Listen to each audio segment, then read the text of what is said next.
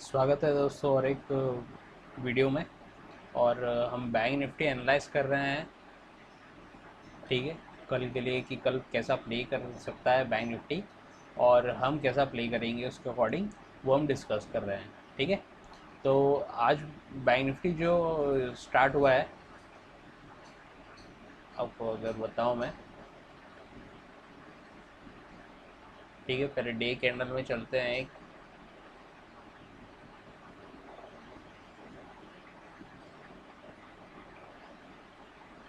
ठीक है, ये आज की कैंडल है। ग्रीन जो दिख रही है एक बड़ी सी, ये आज की कैंडल है। तो शुरुआत से ही ऊपर ही था बैंक निफ्टी। आज बहुत सारे पॉइंट, लगभग 300-400 पॉइंट प्लस खुला था। और प्लस खुलने के बाद एक भी बार उसने इस लो को टच नहीं किया। ठीक है, ऊपर ही ऊपर गया और फाइनली यहाँ पे क्लोजिंग दी।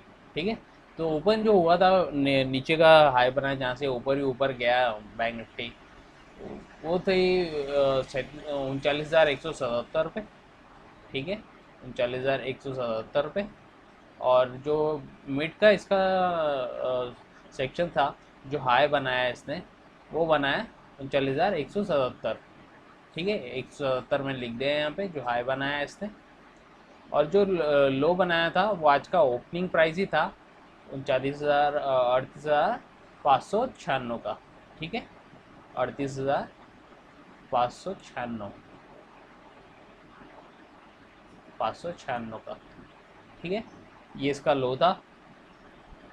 तो जो क्लोज हुआ है बैंक निफ्टी वो है 39,110 पे। 39,110 पे। ठीक है, तो आप कह सकते हैं कि आज बायर्स का दिन था और पूरा पूरा ऊपर लेके गए बायर्स, और एक भी मौका नहीं दिया सेलर्स को आज हावी होने का। ठीक है, तो हम लोग आते हैं 5 मिनट में और देखते हैं कि हम लोग कैसा प्ले करने वाले हैं कल, और बैंक निफ्टी कैसा प्ले कर सकता है। ठीक है,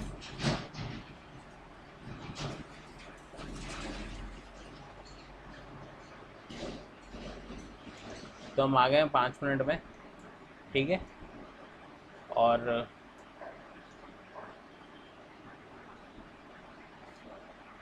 यहाँ पे आप देख रहे हैं कि 5 मिनट की कैंडल लगी है। और ये जो एरिया दिख रहा है ना आपको, ये वाला एरिया, ये पूरा सेलर्स का एरिया है। ठीक है, सेलर्स का एरिया है ये वाला पूरा।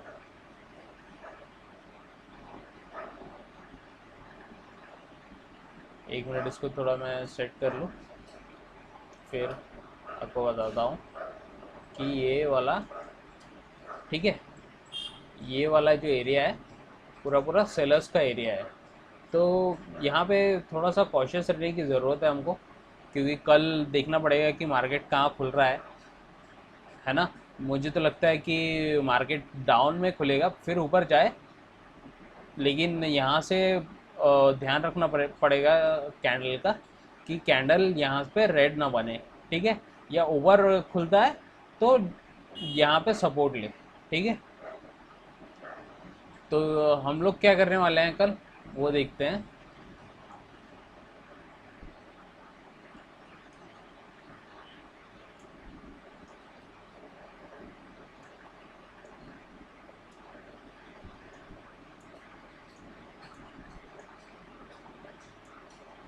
ठीक है, तो यहाँ पे अगर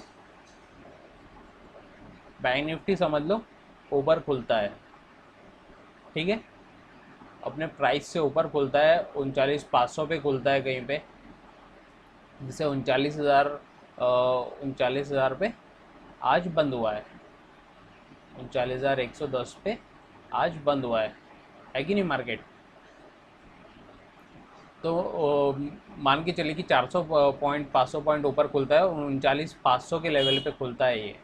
ठीक है, तो हम लोग है ना यहाँ पे एक बेरिश ट्रेड के लिए देखेंगे। एक बेरिश की कोई भी कैंडल मिलती है अगर हमें, ठीक है, चाहे बेरिश एंगल्फिंग हो या एक इन्वर्टेड हैमर हो, अगर यहाँ पे बनेगी तो हम लोग ट्रेड लेंगे, एक पी का ट्रेड लेंगे हम लोग, ठीक है। और जो टारगेट अचीव करेंगे, टारगेट जो रखेंगे हम, टारगेट जो रखेंगे हम वो रखेंगे आज की क्लोजिंग का, ठीक है। आज की क्लोजिंग का टारगेट रखेंगे, या आज के हाई का भी रख सकते हैं, टारगेट ज़्यादा दूर नहीं है, क्लोजिंग और हाई जो है वो पास पास है, तो आप यहाँ पे भी हाई पे भी इसकी क्लोजिंग टारगेट आप रख सकते हैं, ठीक है। तो यहाँ पे बहुत ही अच्छा गैप है जो फिल होगा, जो यहाँ पे आप देख रहे हैं कि ये गैप है, ये फिल करने की हम कोशिश करेंगे कल, ठीक है। और फिल हो जाए ये उम्मीद करेंगे, तो काफ़ी अच्छा पी का प्रीमियम भी बहुत अच्छा है, और काफ़ी जल्दी जल्दी पी बढ़ता है, आप जानते हैं। तो ये जो आज की क्लोजिंग है वो रखेंगे हम टारगेट, ठीक है। और अगर इससे भी नीचे जाता है, ठीक है, अगर इससे नीचे भी जाता है तो ये वाला जो लेवल है, ये वाला जो लेवल है 39,000 का, ये रहेगा हमारा दूसरा टारगेट, ठीक है। 39,000 का जो लेवल है ये रहेगा हमारा दूसरा टारगेट, ठीक है। तो बहुत अच्छा स्कोप है यहाँ पे बैंक निफ्टी का। अगर मार्केट ऊपर खुलता है 39,500 या 39,400 पे खुलता है तो हमारे पास पुट लेने का बहुत अच्छा स्कोप है। और यहाँ पे टारगेट भी बता दिए मैंने कि कैसे रहेंगे, ठीक है। अगर मान के चलिए कि यहाँ पे खुलता है मार्केट, ठीक है, मार्केट अगर यहाँ खुलता है 38,800 या 39,000 के लेवल पे खुलता है, ठीक है, तो फिर क्या करेंगे हम, फिर देखेंगे एक बुलिश एंगल्फिंग, ठीक है, बुलिश एंगल्फिंग मिल जाए या इन्वर्टेड हैमर मिल जाए, ठीक है, तो हम ट्रेड लेंगे अपना, और टारगेट हम रखेंगे आज की क्लोजिंग, ठीक है। यहाँ पे लेंगे ट्रेड, और आज की क्लोजिंग को जो है हम लोग टारगेट रखेंगे, ठीक है। तो समझ के चलिए कि 38,800 पे आप ले रहे हैं, अगर 800 पे ले रहे हैं तो यहाँ से आपका टारगेट जो है वो रहेगा 39,100 पे, 39,100 पे रहेगा पहला टारगेट, ठीक है। और यहाँ पे बहुत ही अच्छा गैप है, एक जो गैप फिल होगा तो टारगेट बहुत अच्छे ये रीच करेगा ये, ठीक है। और आप जानते हैं कि जब मॉर्निंग की कैंडल बनती है, ये मॉर्निंग की कैंडल बनती है, अगर गैप डाउन खुल रहा है, ठीक है, तो गैप डाउन, मुझे उम्मीद है पूरी कि गैप डाउन होते ही ग्रीन कैंडल यहाँ पे बननी चाहिए, ठीक है। पहली कैंडल ही आप देखेंगे तो बहुत बड़ी बनती है, और ग्रीन बन गई तो ऑलमोस्ट आधा टारगेट हमारा रीच हो जाएगा, ठीक है। तो यहाँ पहला टारगेट आपने देख लिया कि यहाँ पे कहाँ देंगे हम, ठीक है। और दूसरा टारगेट मैं नहीं दे रहा हूँ इसमें, क्योंकि दूसरा टारगेट ऊपर जा सकता है,